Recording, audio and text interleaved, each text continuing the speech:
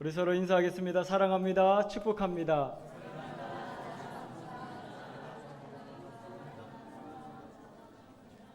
오늘은 또 이집트에서 선교하시는 김미애 선교사님이 오셨고, 또 어제 일동공원에서 수고하신 경조위원회, 또 일본 선교를 위해서 우리 여전도회가 총출동했더라고요, 어제.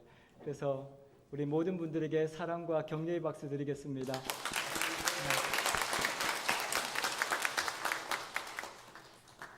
오늘 우리에게 주시는 말씀 요한복음 3장, 이 16장은 지난번 우리 69주년 우리 교회 설립 예배 때 설교로 말씀드렸던 내용이기도 합니다. 그런데 왜 또 이것을 하느냐 하면, 그때 우리 교회는 예수 그리스도 위에 세워진 교회다, 그렇게 제가 말씀드렸습니다. 그리고 우리 교회의 정체성이 무엇인가를 분명히 우리가 알고, 예수 그리스도의 위에 세워진 우리 교회를 통해서 하나님의 역사가 지금도 드러나고 있다, 그렇게 말씀을 드렸는데, 이제 오늘은 그 16장의 말씀을 통해서 내가 만난 예수는 어떤 분이신가, 예수에 대해서 더 깊이 알고 나의 정체성은 무엇인가에 대해서 더 고민하고자 합니다. 그래서 오늘 저와 여러분들이 오늘 말씀을 통해서 나는 누구인지, 또 내가 믿는 예수님은 어떤 분이신지 그렇게 깨닫게 되고, 또 우리 입술을 통해서 예수를 주로 고백하는 귀한 시간이 되기를 소망합니다. 사람들이 여러분들에게 당신은 누구입니까? 라고 묻는다면 여러분들은 뭐라고 대답하십니까? 어떤 분들은 자기 이름을 이야기하시는 분도 있겠죠. 또 어떤 분들은 하는 일에 대해서 이렇게 이야기하시는 분도 있을 테고, 어떤 직책이나 직업에 대해서 이야기하시는 분도 있을 것입니다. 우리가 이름도 다르고 모양도 다르고 사는 것도 다르고 다양한 사람들이 모여 있지만, 우리에게 공통적인 한 가지가 있다면 우리는 예수님을 믿는 사람들입니다. 그런데 예수님을 믿는 저와 여러분들이 예수님에 대해서 얼마나 알고 계십니까? 세상에 우리가 그리스도인으로서 능력을 발휘하기 위해서는 그분이 어떤 분인가에 대해서 알 때 그 능력이 드러난다고 합니다. 아이들이 게임을 할 때 아이템이라는 걸 쓰거든요. 그것은 무엇이냐면 그 캐릭터가 어떤 힘을 가지고 있는지, 어떤 전투력을 가지고 있는지를 드러내는 것입니다. 그래서 더 많은 힘을 가진 그 아이템들을 모으려고 하는 것이 우리 아이들이 게임을 할 때 하는 것이라 그럽니다. 그런데 우리가 신앙생활을 할 때도 마찬가지인 것 같습니다. 우리가 무능력한 사람, 그 사람과 함께 있다면 무엇을 의지할 수 있겠습니까? 그리고 우리가 어떤 한 부분만을 예수님이라고 생각한다면 또 예수님에 대해서 오해할 것입니다. 어떤 분들은 나의 병을 고치신 예수님, 다른 부분은 모르겠지만 그 부분만을 이야기하시는 분도 있습니다. 그런데 예수님은 그런 어떤 한 부분의 능력을 가지신 분이 아닙니다. 오늘 예수님께서 이 당시에 하나님의 은혜가 무엇인지, 예수 그리스도 자신이 누구인지를 분명하게 드러내고 있습니다. 우리에게 주신 하나님의 말씀, 복음서, 마태, 마가, 누가, 요한 4복음서에는 예수님께서 어떻게 우리 가운데 오셨는지, 그리고 예수님께서 우리에게 말씀하시는 본인은 어떤 분이신지, 또 그분께서 우리를 통하여 하시고자 하는 일은 무엇인지를 분명하게 드러내고 있습니다. 그런데 오늘 읽은 마태복음에는 특히 그 예수 그리스도가 아브라함과 다윗의 자손 족보를 통해서 오신 하나님의 약속이고, 우리의 정체성이 바로 그 하나님의 약속에 함께 있다는 것을 이 마태복음에서는 분명하게 드러내고 있습니다. 오늘 저와 여러분들이 이 마태복음에 나오는 이 신앙의 고백을 통해서 우리 스스로를 발견하고, 또 하나님께서 우리 가운데 계획하신 일이 무엇인지, 예수님은 어떤 분이신지를 보게 되기를 바랍니다. 영접하는 자, 그 이름을 믿는 자들에게는 하나님의 자녀가 되는 권세를 주셨다. 요한복음 1장 12절에 그렇게 말씀하고 있습니다. 이것이 무엇이냐면, 하나님의 능력이 무엇인지를 우리가 예수님을 믿는다고 한다면 하나님께서 우리 예수 그리스도를 믿는 자들에게 엄청난 권세를 주셨는데, 그것은 하나님의 아들과 딸이 되는 권세다, 그렇게 말씀합니다. 오늘 저와 여러분들이 믿는 예수님은 단지 어떤 신앙의 영웅이나 위대한 사람이 아닙니다. 우리에게 구원의 기쁨을 주시고 천국의 소망을 주시고 이 땅에서의 하나님의 나라를 이루어가며 살도록 하시는 창조의 하나님이시고 능력의 하나님이시라는 것을 우리에게 말씀하고 있는 것입니다. 그래서 오늘 저와 여러분들이 이 하나님을, 예수 그리스도를 더 깊이 알아가며 하나님의 능력과 은혜가 우리 삶을 통해서 선포되기를 소망합니다. 그래서 잠언 9장 10절에 보면 이렇게 말씀하십니다. 여호와를 경외하는 것이 지식의 근본이고 그 이름을 아는 것이 거룩한 자를 아는 것이 명철이다, 그렇게 이야기합니다. 세상에서 능력을 가진 사람, 그가 많이 배웠고 어떤 부귀영화를 가지고 있기 때문에 능력의 삶을 살아가는 것이 아니라 하나님 앞에 예배하는 자가 능력의 사람이고 하나님의 그 은혜를, 하나님의 이름을 아는 자가 바로 하나님의 역사를 세상에 드러내는 하나님의 거룩한 자들이다, 그렇게 말씀하고 있는 것입니다. 오늘 저와 여러분들이 이 예수 그리스도를 더 깊이 만남으로 우리의 삶을 고백하는 귀한 시간 되기를 소망합니다. 이 16장의 배경이 되는 성경은 마태복음 14장부터 시작되고 있습니다. 마태복음 14장에는 아주 그 당시에 아주 어려웠던 일을 기록하고 있습니다. 왜냐하면 그 당시에 갈릴리와 베레와 요단강 동편, 지금 요르단 그 갈릴리 북쪽 지역을 다스리는 헤롯 안티파스라는 왕이 있었습니다. 이 헤롯 안티파스는 굉장히 잔인한 사람이었고 악한 사람이었습니다.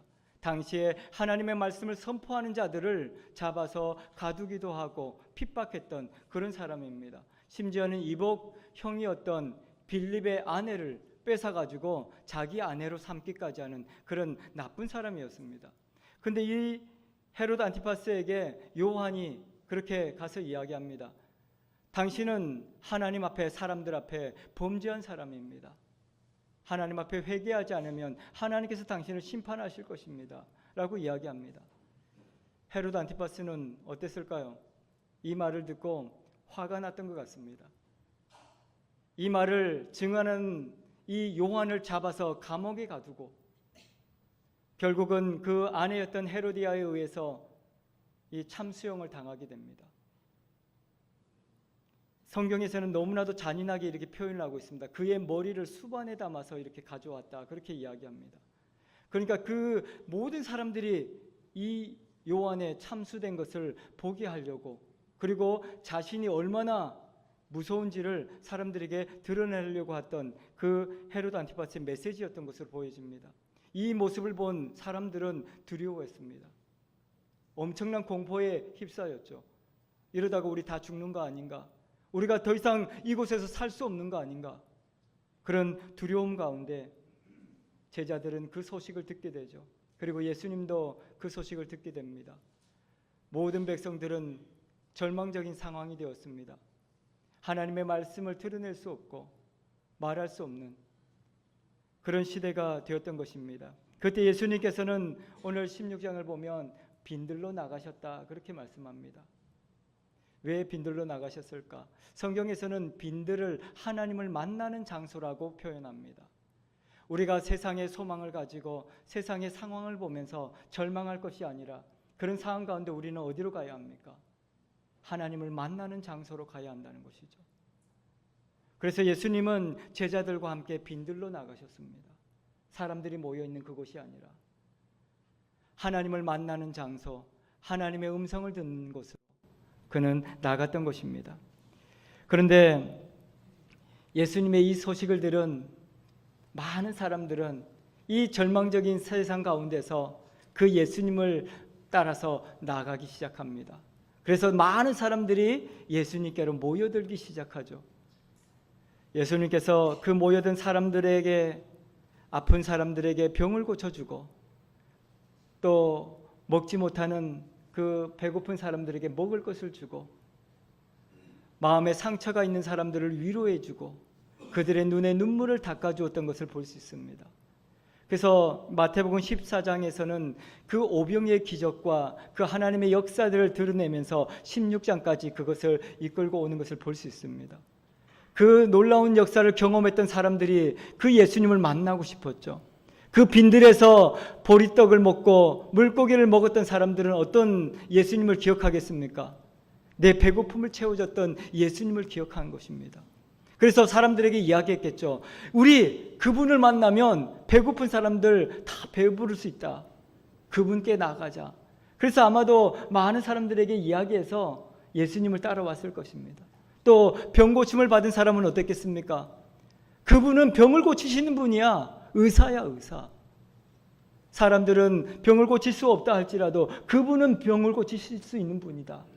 그러면서 자기가 경험한 병 고침을 받은 사람들은 그 예수님을 만나고 싶어서 다 나왔을 것입니다.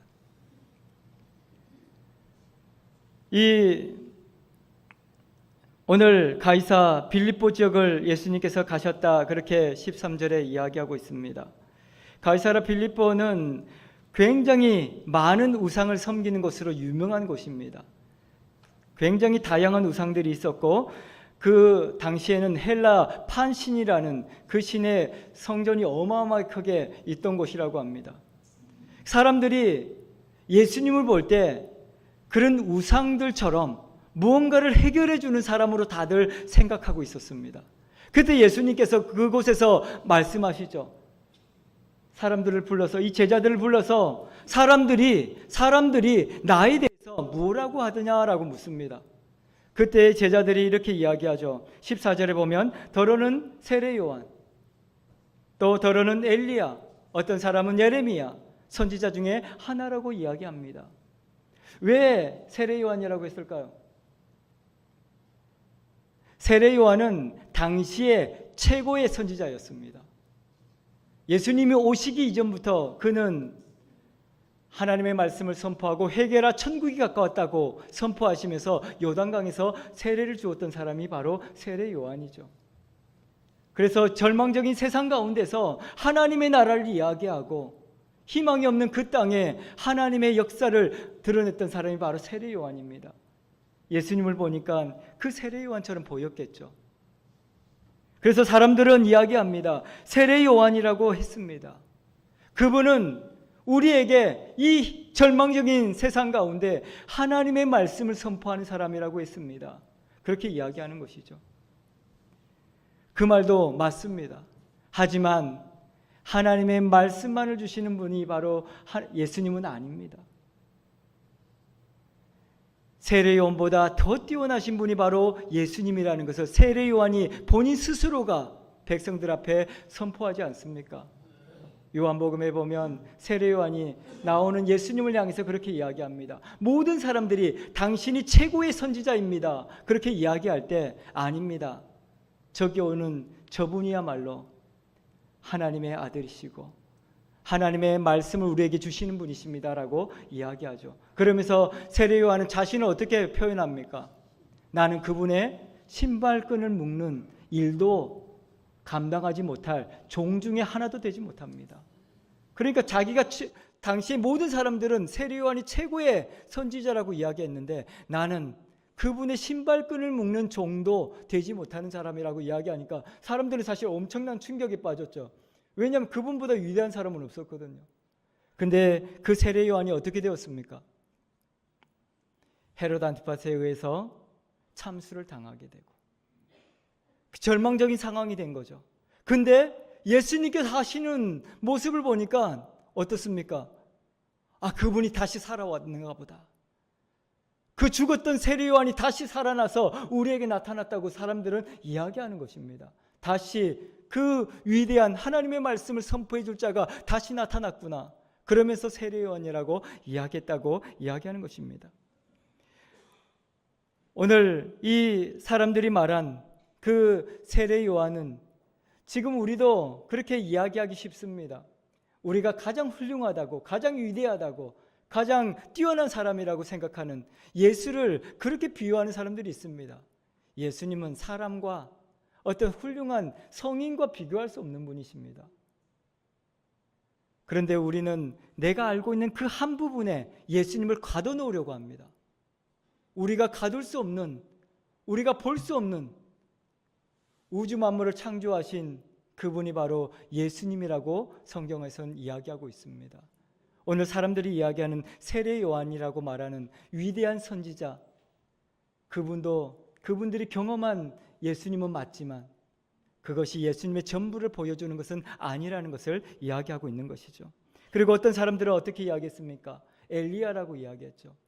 이 당시에 헤롯이 다스리고 있던 그 도시의 상황이 구약에 보면 아합 시대에 북이스라엘의 아합이 왕이 되었을 때 다스리던 시대와 거의 비슷했습니다. 이 아합이 왕이 되고 이스라엘 백성들에게 예배하지 못하게 했습니다. 남쪽 유다를 가지 못하게 길을 막아버리고 그는 수많은 우상들을 만들어내기 시작하죠. 우상을 이세벨을 섬기던 무녀와 같은 이세벨을 아내로 아합이 맞이해서 아주 많은 우상들을 신전들을 만들어냅니다. 이스라엘 백성들은 감히 그곳에서 예배할 수 없었고 하나님의 말씀을 들어낼 수 없었죠. 하나님의 말씀을 선포하는 선지자들을 다 잡아서 가두고 죽이는 시대가 아합의 시대였습니다. 그렇게 되니까 어떻겠습니까? 시대가 이 권력 앞에서 무릎을 꿇는 선지자들이 나오고 거짓 선지자들이 나와서 순종할 수밖에 없는 시대가 되었죠. 더군다나 그 왕비가 추진하고 있는 것은 무엇이었습니까? 바알, 아세라 상을 만드는 것이었습니다. 그러다 보니까 바알 숭배자들, 거짓 선지자들이 이 가득한 세상이 되었습니다. 그리고 그 우상 숭배자들이 이스라엘을 차지하고 있는 그런 시대였죠. 그때 하나님께서는 엘리야를 부르십니다. 가서 하나님의 심판을 예언하라고 말씀하시죠. 이 백성이 하나님을 떠나고 우상을 숭배함으로 하나님께서 이 땅에 심판을 내리실 것이다. 비가 내리지 않을 것이다. 그렇게 이야기하죠. 이 아합 왕은 눈 하나 깜짝하지 않습니다. 왜냐하면 본인은 누릴 수 있으니까요. 백성들은 물이 없어서 굶어 죽어갑니다. 먹을 것이 없어서 죽어가고 있는 상황 가운데서도 성경을 보면 아합은 자기가 키우는 동물들에게 먹을 물을 백성들이 없는 그 상황에서 그 동물들에게 먹일 물을 찾고 그렇게 하는 모습을 보여줍니다. 그때 엘리야를 또 하나님께서 부르시죠.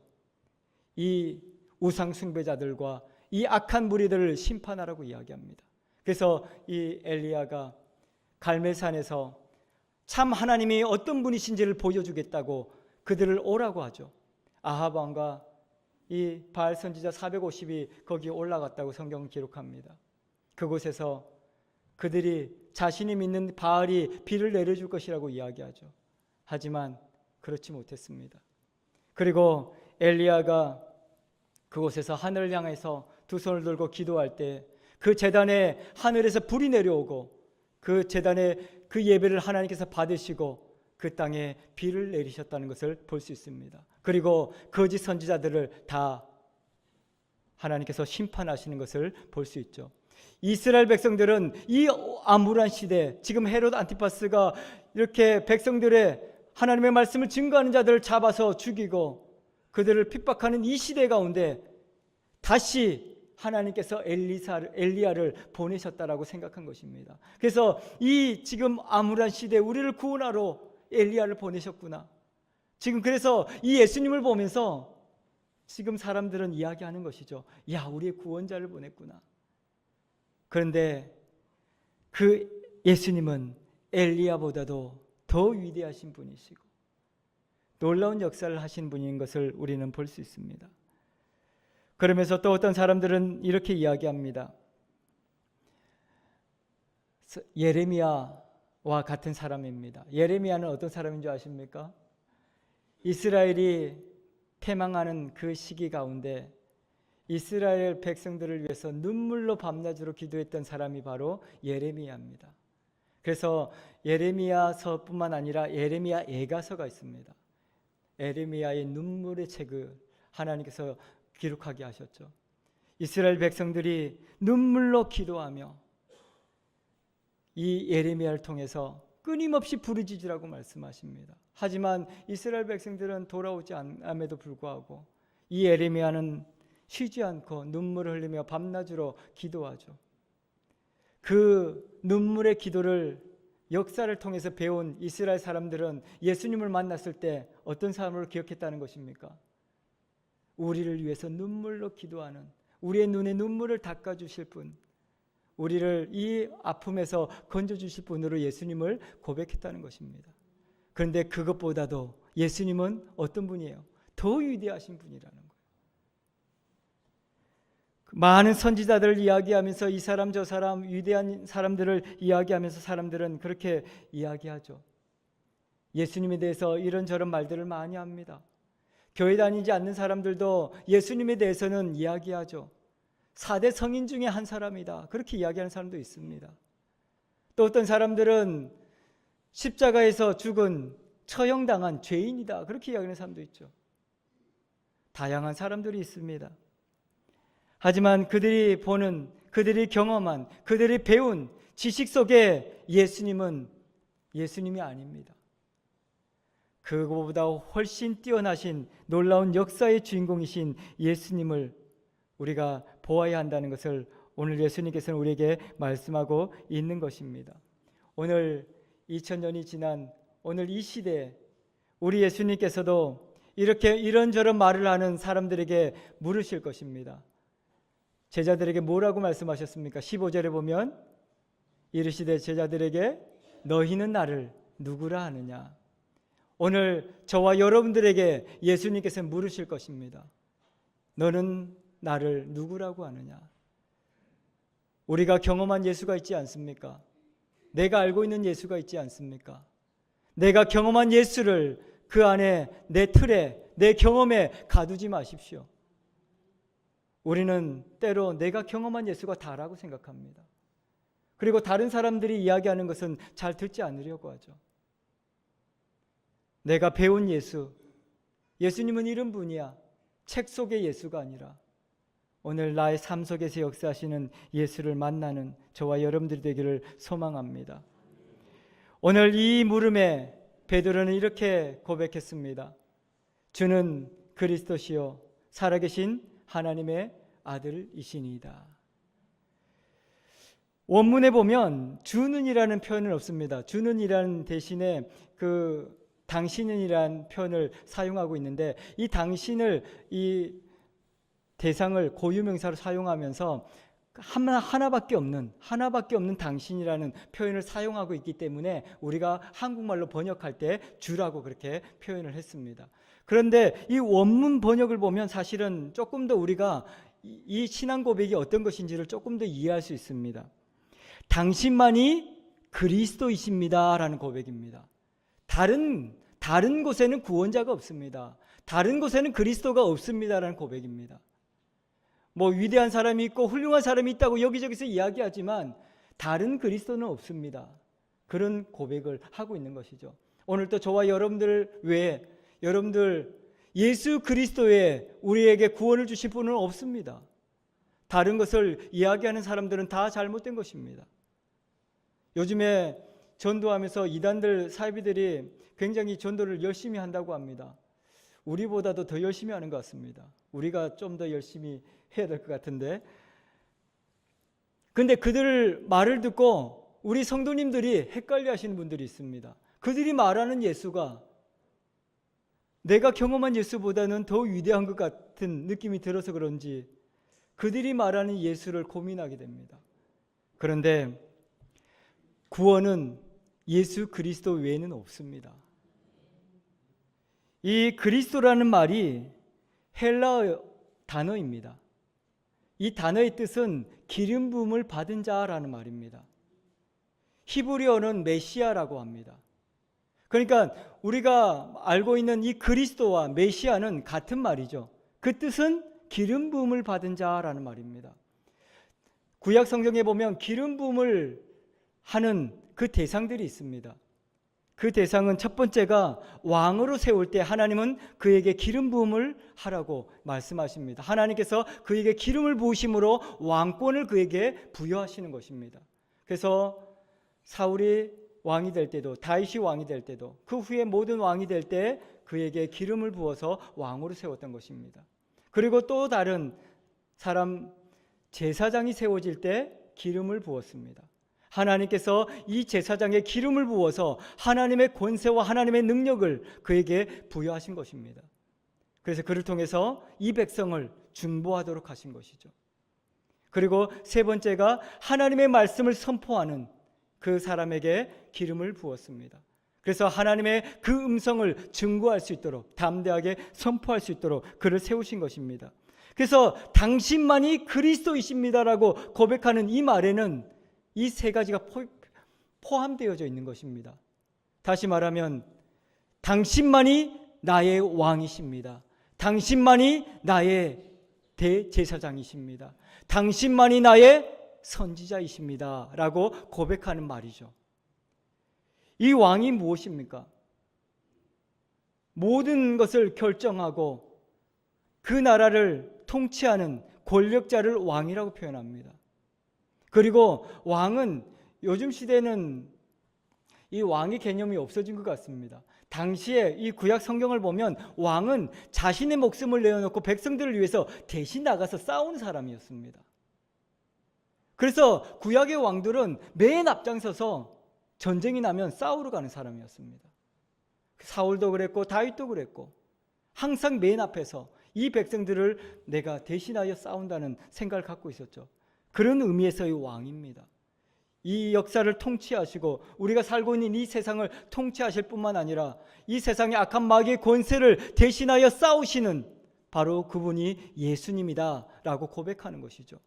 오늘 저와 여러분들을 위해서 싸우시는 예수 그리스도, 그분을 만나게 되기를 소망합니다.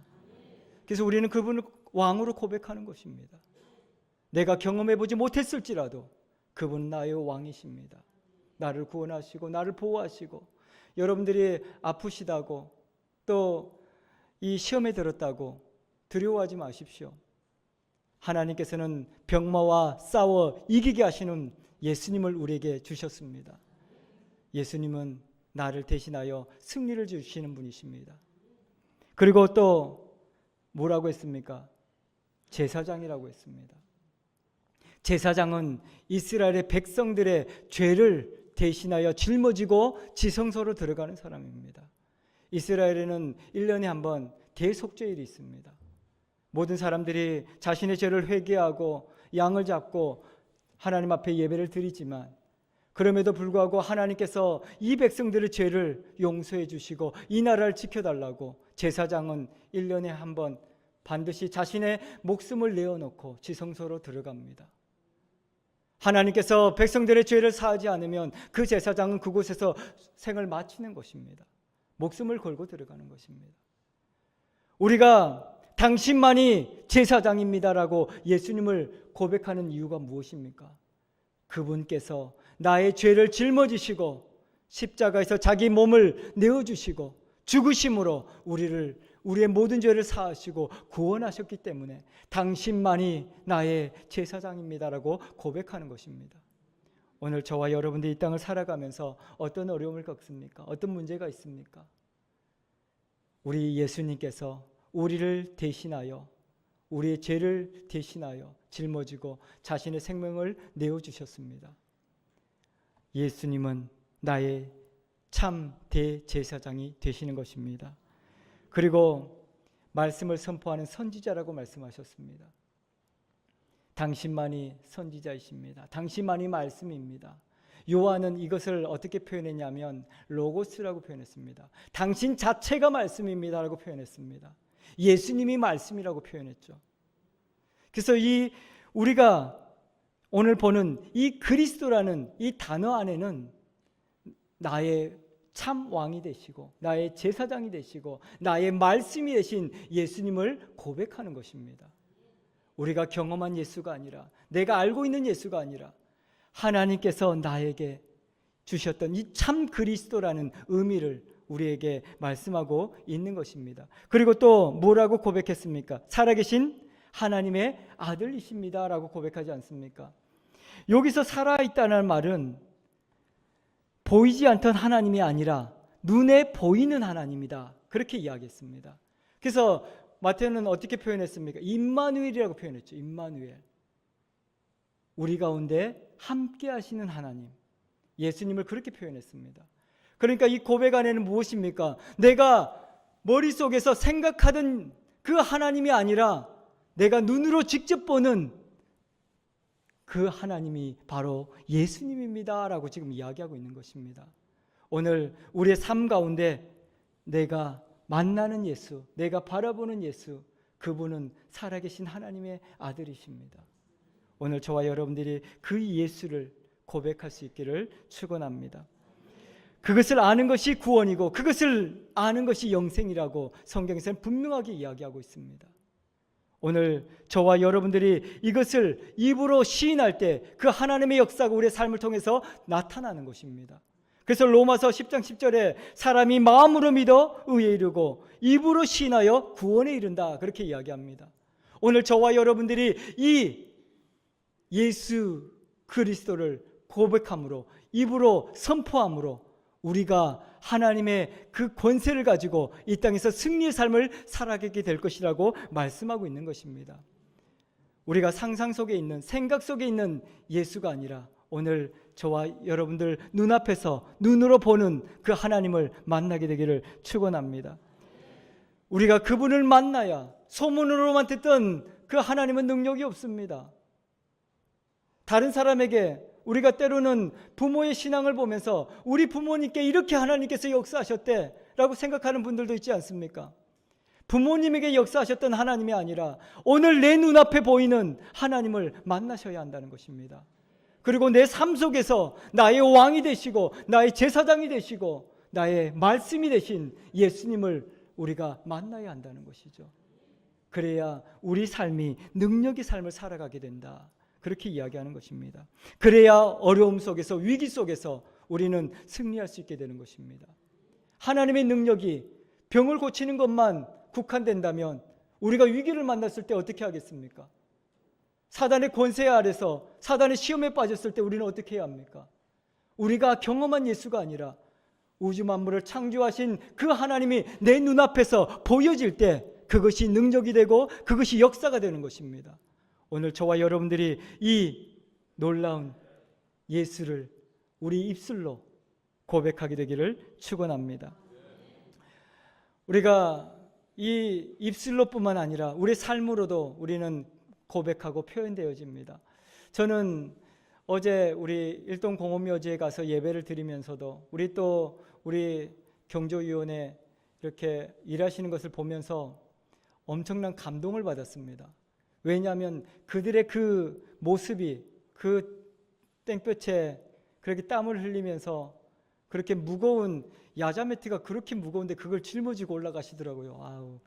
근데 그걸 보면서 이분들의 이 몸으로 표현되어지는 예수가 그리스도임을 삶을 고백하고 있구나라는 걸 느꼈습니다. 그의 삶을 통해서 하나님의 역사가 드러나는 것입니다.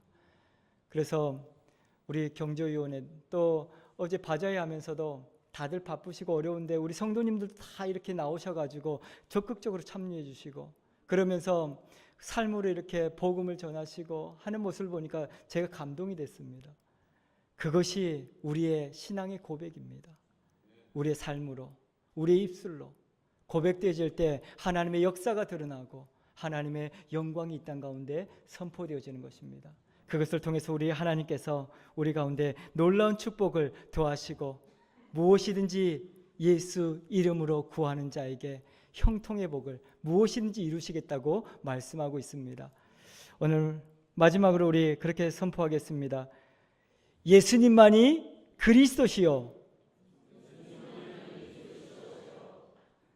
눈에 보이는 하나님이십니다. 아멘.